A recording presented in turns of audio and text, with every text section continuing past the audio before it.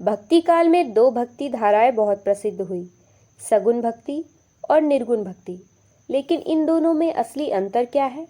चलिए इन्हें सरल शब्दों में समझते हैं। अगर हम इसे आसान भाषा में समझें तो यह बस ईश्वर को देखने के दो अलग अलग तरीके हैं। एक रास्ता कहता है कि ईश्वर का कोई रूप नहीं है और दूसरा कहता है कि ईश्वर का रूप होता है, जैसे राम, कृष्ण। सबसे पहले समझते हैं निर्गुण भक्ति। निर्गुण का मतलब होता है ऐसा ईश्वर जिसका कोई रूप नहीं है, यानी ईश्वर को किसी मूर्ति या चित्र में नहीं बांधा जा सकता। निर्गुण भक्तों का मानना था कि ईश्वर हर जगह है, हवा में, पानी में, हमारे अंदर भी। इसीलिए उसे पाने के लिए मंदिर या मूर्ति जरूरी नहीं है, जरूरी है सच्चा मन और सच्ची भक्ति। इस विचार को सबसे ज्यादा आगे बढ़ाया संत कबीर और रविदास जैसे संतों ने। कहा जाता है कि कबीर कहते थे, लोग मंदिर और मस्जिद में ईश्वर को ढूंढते हैं, लेकिन असली में ईश्वर हमारे अंदर ही है।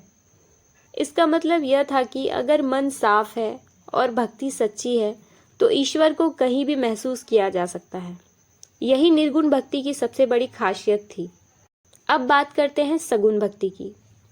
सगुण का मतलब है ऐसा ईश्वर जिसका एक रूप हो, जैसे भगवान राम, भगवान कृष्ण। भक्त इनका रूप देखते हैं, इनकी पूजा करते हैं, इनके भजन गाते हैं। इस भक्ति में भगवान को एक प्रिय व्यक्ति की तरह माना जाता है, जैसे भक्त और भगवान के बीच एक प्रेम का रिश्ता हो।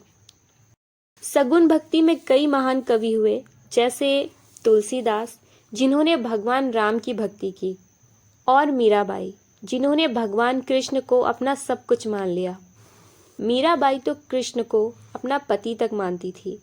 उनकी भक्ति पूरी तरह प्रेम से भरी हुई थी।